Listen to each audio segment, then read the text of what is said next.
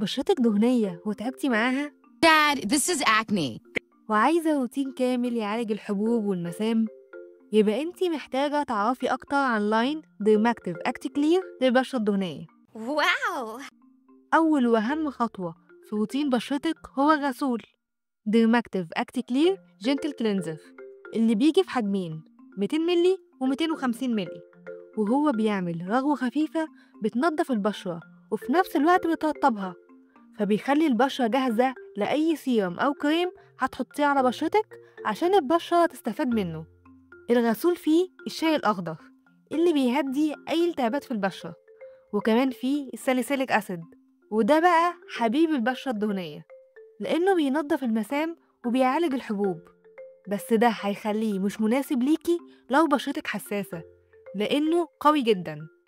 بعد بقى ما تغسلي وشك تستخدمي كريم المعالج ديرماكتيف أكتي كلير جلوبال كريم اللي حجمه 50 ملي.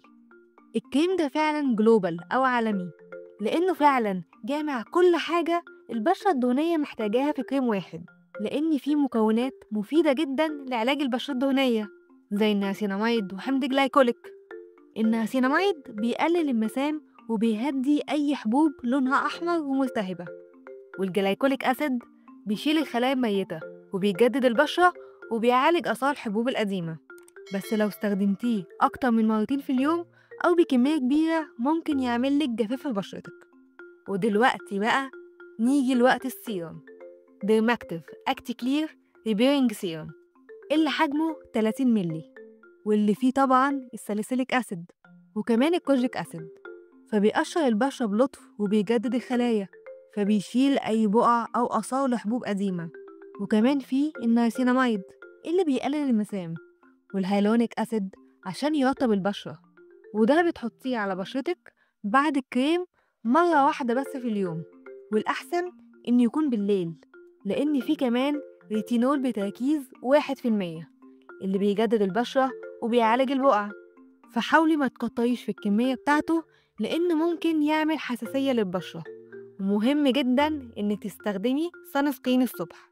وآخر واحد بقى في الروتين هو ديرماكتيف أكتي كلير هايدرا كريم واللي حجمه 50 ملي، وفيه الهيالورونيك أسيد عشان يرطب البشرة ويديكي إحساس منعش، وكمان بيزود الترطيب في البشرة بالبنتينول والعسل والجليسين وخلاصة الصبار اللي فيه، وفي نفس الوقت بيسيب البشرة مط من غير أي لمعان أو إحساس دهني على البشرة، وده بيخليه حلو جدا إنك تستخدميه تحت المكياج بتاعك عشان ترطبي وتحمي بشرتك، وكمان تخلي المكياج يثبت معاكي لوقت أطول.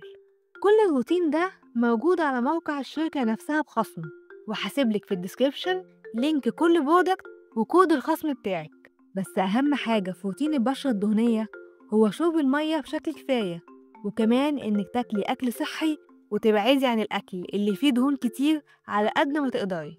ولو عايزة روتين تاني يزود النضارة في بشرتك ويخليها جلوي يبقى شوفي الفيديو ده عن روتين ديرماكتيف جلو. ولحد ما أشوفك الفيديو الجاي خلي بالك من بشرتك.